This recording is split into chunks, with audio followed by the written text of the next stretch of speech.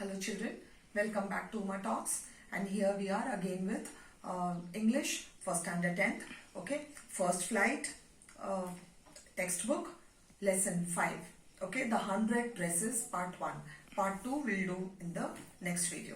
So here I am with the 100 dresses part 1 lesson 5, and the author is L. Sir Easter, okay. And this particular story again speaks about a girl who comes from a very poor family. So let's go through the story. Start the story all at once. So Wanda Petronsky's seat, okay, it was Monday morning and Wanda was not in her seat. Wanda is the name of a girl, okay, that girl which I told you who comes from a really poor family. So, and in a class there are people coming from different backgrounds. So this particular girl, like everybody is not from a very rich background.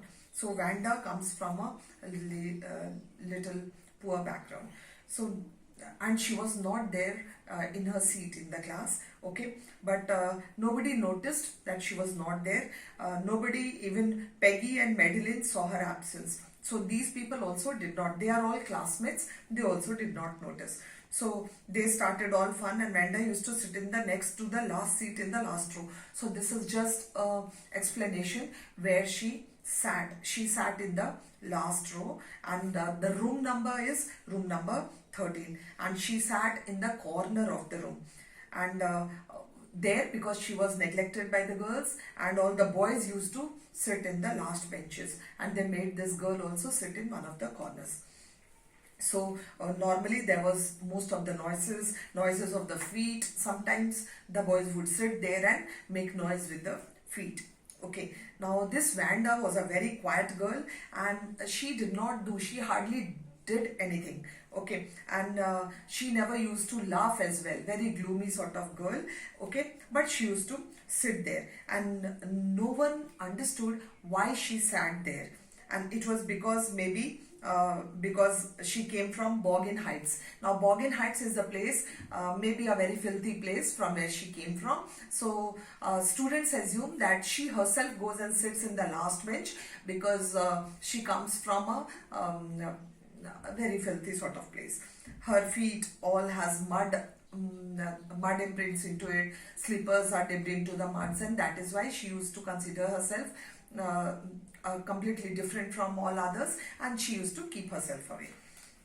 So the students thought of Wanda only outside the school hours. So when the school used to get over, then for teasing her, the children used to remember her. They waited for her to have fun with her, okay, and 2 times while coming from home and while going to home. So twice they used to do that, okay, and she did not come to school on Tuesday also. Monday she did not come, and Tuesday also she did not come to school. Then on Wednesday, the next day, okay, Peggy and Maddie, they thought of Wanda. They are her classmates, okay, and they sit in the front bench. They got good marks every time. Peggy was very popular in the school, okay, and she was pretty and had curly hair, okay. Maddie was her closest friend.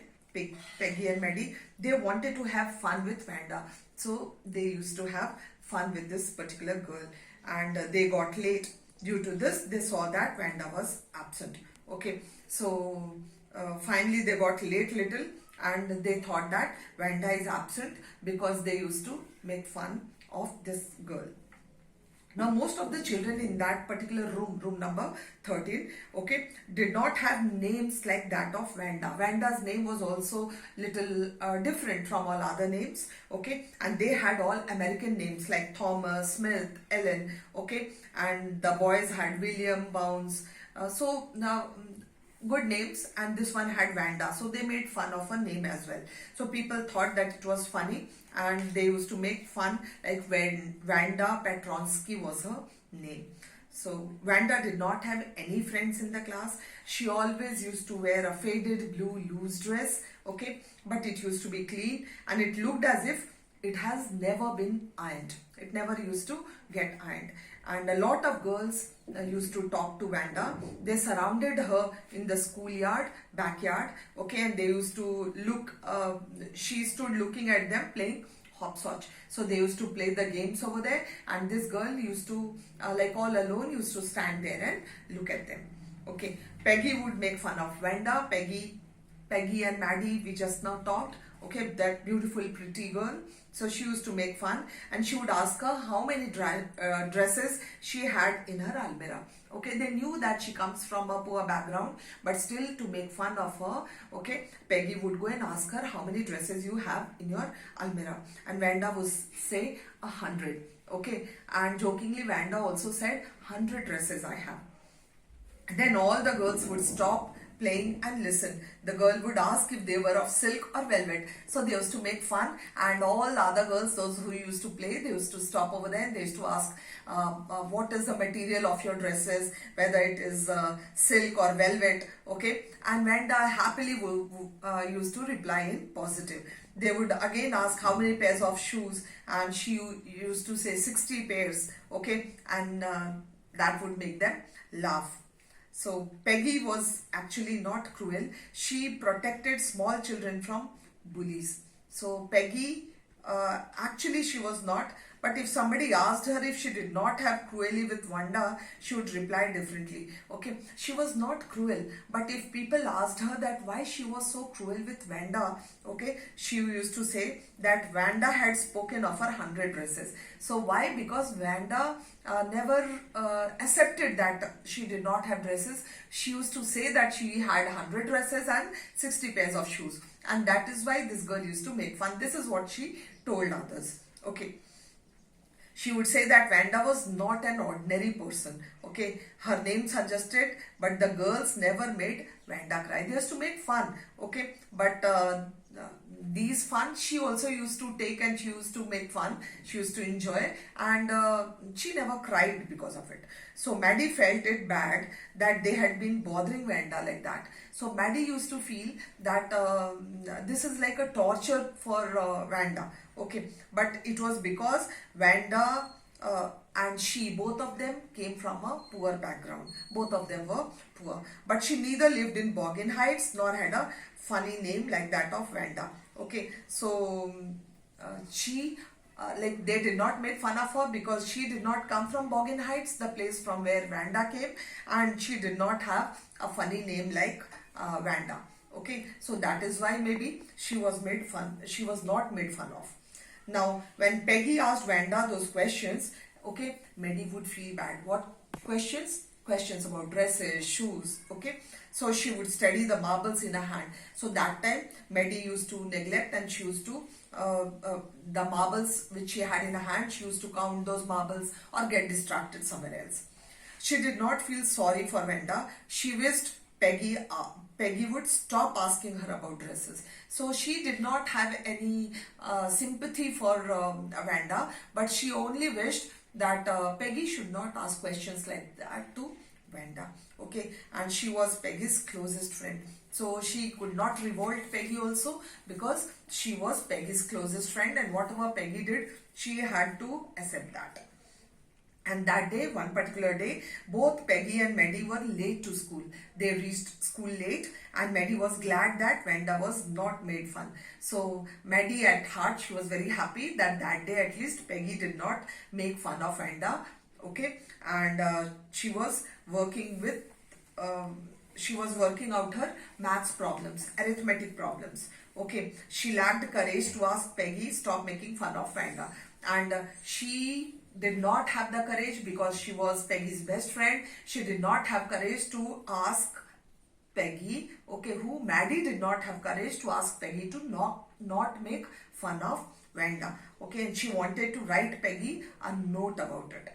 So Maddie started writing that note to Peggy. Maddie did not have courage to speak verbally, so she started writing. In writing, she wanted to write a note and give to Peggy. Then suddenly she pictured herself in the schoolyard as a new target for Peggy and the girls. Okay, then suddenly the idea came into her mind, a thought came into her mind that now when Peggy leaves Wanda, okay, she would, her next target will be she. Will be who? Will be Maddie. And all the girls would make fun of Maddie then. So Peggy might ask her about her dress and her shoes. okay, and how then she would tell the people that she was wearing her dresses.